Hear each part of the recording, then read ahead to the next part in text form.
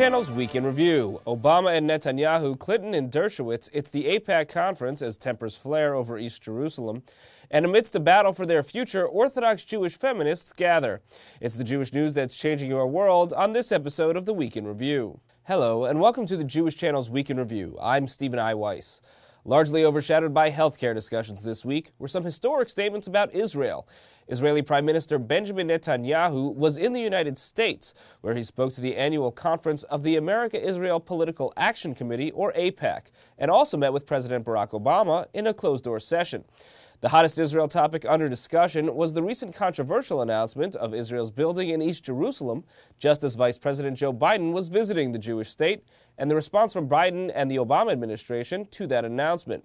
Where Netanyahu has previously apologized for the timing of the announcement, he was far less conciliatory in his speech to the AIPAC crowd. In Jerusalem, my government has maintained the policies of every single Israeli government since 1967, including those led by Golda Meir, Menachem Begin, and Yitzhak Rabin. Today, nearly 250,000 Jews, that's almost half the city's Jewish population, live in neighborhoods that are just beyond the 1949 armistice lines. All these neighborhoods are within 5 minutes from the Knesset. They are an integral and inextricable part of modern Jerusalem. But despite that bold claim from Netanyahu about what everyone knows, Secretary of State Hillary Clinton suggested something else about building in East Jerusalem. New construction in East Jerusalem or the West Bank undermines that mutual trust and endangers the proximity talks that are the first step toward the full negotiations that both sides say they want and need. And it exposes daylight between Israel and the United States that others in the region hope to exploit. 2 weeks after Vice President Biden used the word condemn to criticize the East Jerusalem building, the Obama administration's tone is noticeably softer. Part of that may be because, as AIPAC President Lee Rosenberg noted in his speech at the conference, the building in East Jerusalem is in a Jewish neighborhood. The issue seems to be not so much about whether Israel should ever build in East Jerusalem, but when. Much of the criticism of the Netanyahu administration on this point, whether by the Obama administration or leading American Jews, has focused on what such building at this point will do to the peace process. As one good example, there's J Street, the Israeli peace advocacy group often described as an anti-AIPAC.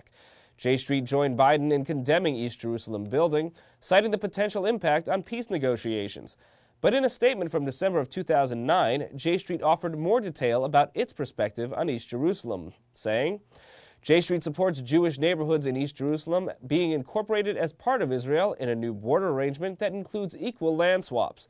Exact details should be worked out in negotiations with the parties. All of this suggests that the blowup of the last 2 weeks is less about what should or shouldn't be Israel's land in the future, but about what Israel should or shouldn't be doing to prepare for peace talks. Israel and the U.S. agreed to a temporary freeze on settlement construction in the West Bank several months ago, but haven't come to agreement on what to do in East Jerusalem prior to peace talks. But while the difference between the Obama and Netanyahu administrations isn't likely to set their two countries apart, it is having a noticeable effect on their diplomacy.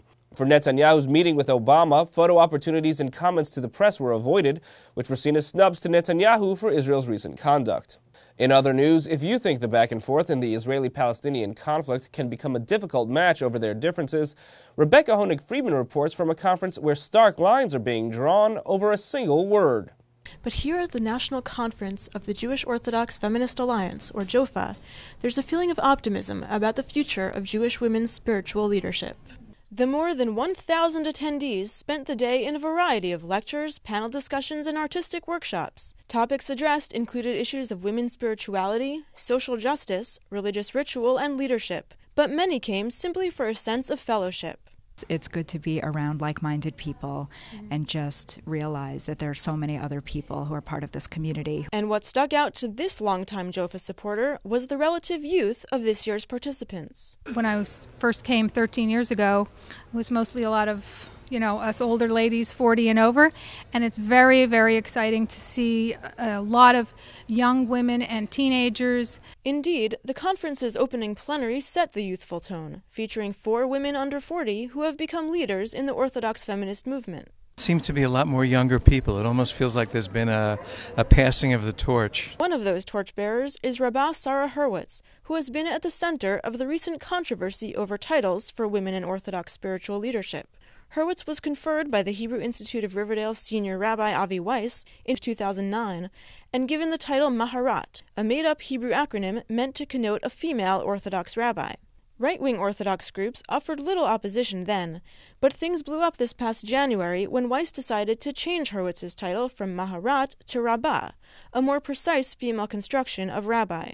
And opposition from the mainstream Orthodox Rabbinical Council of America, of which Weiss is a member, led Weiss to back down, issuing the statement, "It is not my intention or the intention of Yeshivat Maharat to confer the title of Rabbah upon its graduates." Hurwitz, however, was still going by Rabbah at the conference and addressed the controversy in her remarks, taking a conciliatory tone.